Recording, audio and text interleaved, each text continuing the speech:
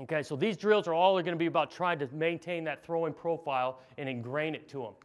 This is the two cone drill. I got 2 cones right there. All me or the manager is just going to tell a number, and we just go from really 1, 2, 3, or 4. Okay, so 1's in the front on the left, 2's on the front or the right, 3's on the back, down here, and then 4's to the right. So I got the evens on my right, odds on the left. The manager is going to voice 1, 2, 3, or 4, and he's going around that way. So if I say 1, he's going over the top of the cone. Better than me trying to describe it, I probably should just show it to you.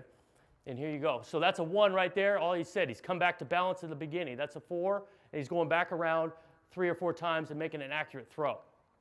Here we go again, same thing. Come back to the middle, maintaining good balance, eyes, and that ball carriage up on his shoulder. So he's going around.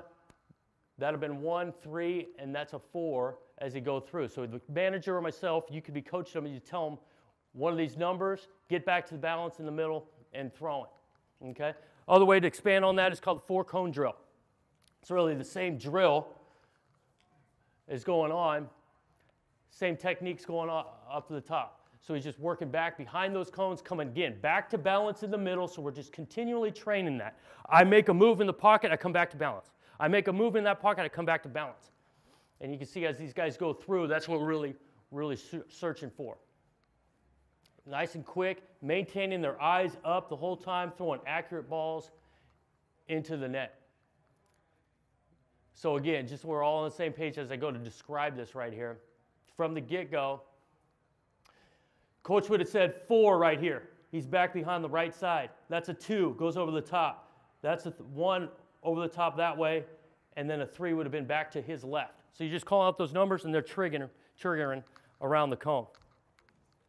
One more look at it as he goes. Quick movements in the pocket with our eyes up. Another look at, I call this figure 8 with cones. It's a little bit more dramatic of movement for the guys. But here we go. We're starting right in the middle. Same theory. The coach is going to say left, right, back, or front. So right there he made a right call and he's figure 8ing around those cones. And you can see he's maintaining nice balance, not trying to get his feet too far apart, keeping that ball carriage up where I say the Nike swoosh is at, 2 hands on it. Eyes are up the whole time. Again, just feeling the pass rush, not staring at it. Maintaining that profile. There we're going back, and he's figure 8 around those cones. We try to always finish with some type of throw at the end. Same theory here. Keeping his eyes up, he's going pretty quick right here, stepping to avoid, and when I come back to the middle, I'm coming back to balance right there in the throw. Good with his eyes right there, feet separation, it's not bad. And these guys get better at it. This wasn't like the first time they went through it when I drilled them on the video. Okay, so they're not kicking over cones and whatnot. But that's kind of a good look. Again, trying to ingrain in these guys the habits of having to move with those 2 hands on it, with my eyes up, and to keep my feet about shoulder width apart. Like to see his ball carriage a little higher. You can see he's covering it up at the 8. Like to see his ball carriage a little bit higher up on his shoulder.